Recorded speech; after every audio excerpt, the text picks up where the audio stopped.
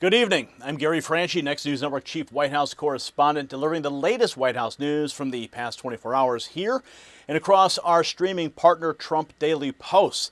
President Trump set the tone with high-pressure diplomacy on Iran today, pairing a pause on major strikes with what he called Tehran's last chance, while the White House also put military families front and center, highlighted fresh manufacturing strength, underscored border security wins, and kept the midterm endorsement machine running at full speed.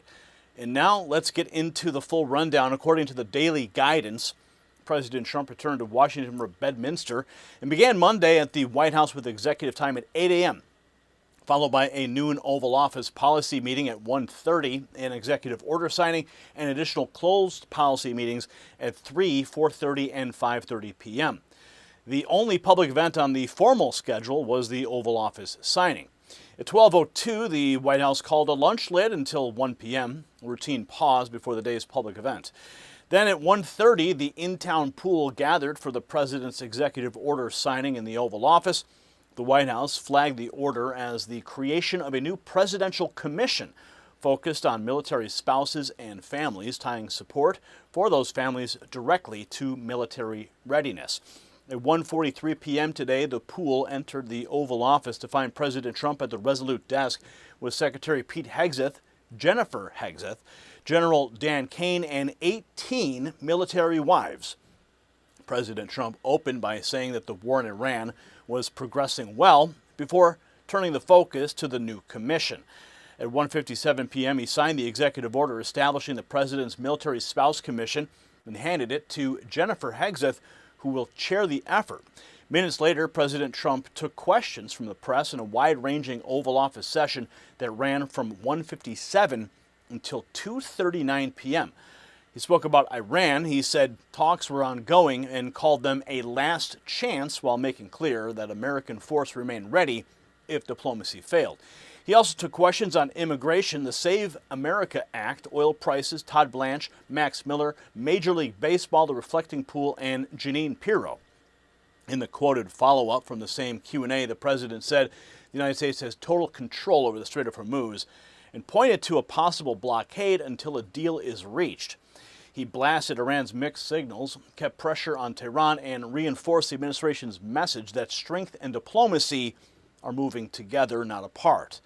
The pool account also placed key aides and officials in the room, including General Kane, Stephen Miller, Natalie Harp, Dan Scavino, Will Scharf, and Commission Executive Director Desiree Sale.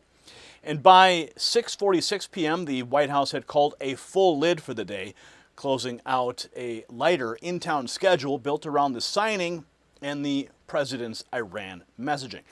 Looking ahead, the next daily guidance says President Trump is back on the public schedule Tuesday with a Rose Garden greeting for the Penn State Nittany Lions wrestling champions, a noon policy meeting, a 1 p.m. swearing in for the Director of National Intelligence, and evening travel to Los Angeles for an RNC roundtable and reception before continuing on to Las Vegas. Wednesday's schedule includes remarks at the Red Rock Casino Resort and Spa before the president returns to the White House.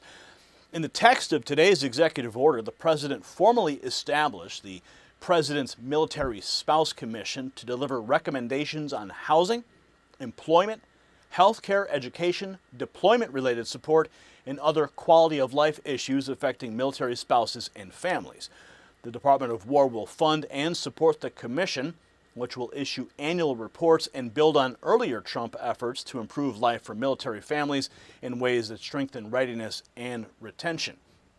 And in one of the administration's top domestic messages today, the White House said that U.S. factories expanded in July at the fastest pace in more than 4 years.